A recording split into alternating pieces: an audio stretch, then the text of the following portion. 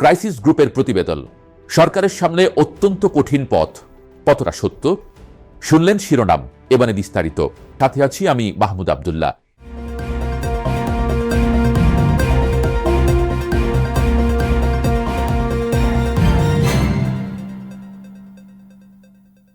গত 12 ফেব্রুয়ারির নির্বাচন বাংলাদেশের রাজনৈতিক ইতিহাসে মাইল ফলক হলেও নতুন সরকারের সামনের পথ অত্যন্ত কঠিন। এই সরকারের প্রতি জনগণের শক্তিশালী সমর্থন বা ম্যান্ডেট রয়েছে, তবু বিএনপির অতীতের কর্মকাণ্ডের কারণে তাদের দায়িত্ব পালনের সক্ষমতা নিয়ে বাংলাদেশের অনেকের মধ্যেই সংশয় রয়েছে। জনগণের প্রত্যাশা পূরণ করতে ব্যর্থ বলে তা নতুন করে অস্থিতিশীলতা সৃষ্টি করতে পারে। বাংলাদেশ নিয়ে আন্তর্জাতিক ক্রাইসিস গ্রুপের প্রতিবেদনে এমনটিই বলা হয়েছে। Crisis group 23 April Bangladesh new government gets down to business শীর্ষক প্রতিবেদনটি প্রকাশ করেছে। ইন্টারন্যাশনাল ক্রাইসিস গ্রুপ একটি অলাভজনক বৈশ্বিক বেসরকারি নীতি গবেষণা প্রতিষ্ঠান। এর সদর দপ্তর বেলজিয়ামের ব্রাসেলসে। বাংলাদেশের নতুন সরকার নিয়ে আন্তর্জাতিক ক্রাইসিস গ্রুপের এই প্রতিবেদনটি একটি সতর্কতামূলক দৃষ্টিভঙ্গি তুলে ধরেছে।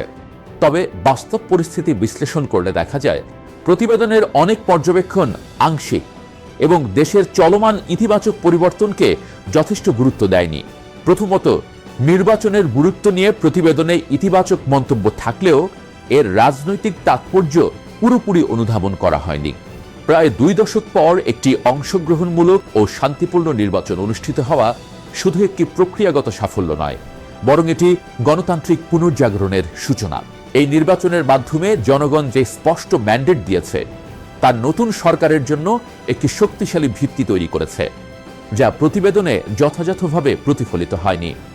দ্বিতীয়ত, অর্থনৈতিক চ্যালেঞ্জকে প্রতিবেদনে বড় করে দেখানো হলেও সরকারের তা মোকাবিলার সক্ষমতা ও প্রাথমিক উদ্যোগগুলো উপেক্ষিত হয়েছে। জ্বালানি সংকট, বৈদেশিক মুদ্রার চাপ কিংবা বৈশ্বিক অস্থিরতা এসবই বহিরাগত বাস্তবতা।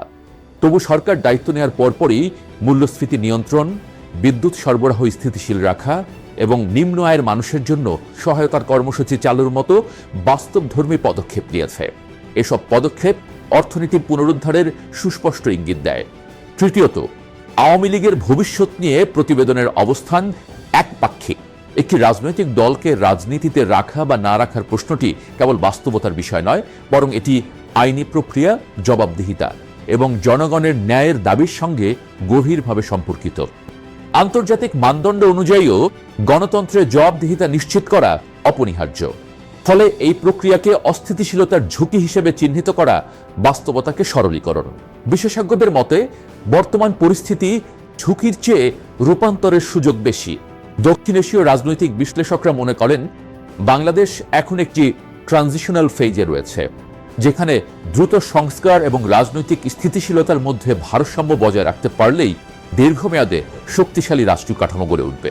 একইভাবে এক অর্থনীতিবিদের মতে বৈশ্বিক চাপ থাকা সত্ত্বেও আভ্যন্তরীণ নীতি নির্ধারণ সঠিক থাকলে বাংলাদেশের অর্থনীতি পুনরুদ্ধার সম্ভব।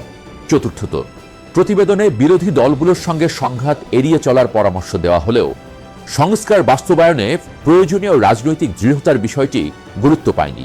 বাস্তবতা হলো সংস্কার সবসময় কিছু প্রতিরোধ সৃষ্টি করে, তাই সমঝোতার পাশাপাশি দৃঢ় নেতৃত্বও জরুরি। সবশেষে বলা যায় বর্তমান সরকার একটি চ্যালেঞ্জিং সময়ের মধ্য দিয়ে যাচ্ছে, কিন্তু এটিকে শুধুমাত্র সংকট হিসেবে দেখলে ভুল হবে।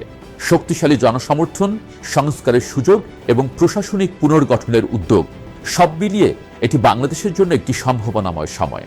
সঠিক নীতি ও নেতৃত্ব বজায় থাকলে এই সরকার শুধু চ্যালেঞ্জ মোকাবিলা করবে না, বরং একটি স্থিতিশীল ও টেকসই ভবিষ্যতের ভিত্তি গড়ে তুলবে। আজ এই পর্যন্তই, আবারও দেখা হবে নতুন কোনো বিষয় নিয়ে। সে পর্যন্ত ভালো থাকুন সবাই।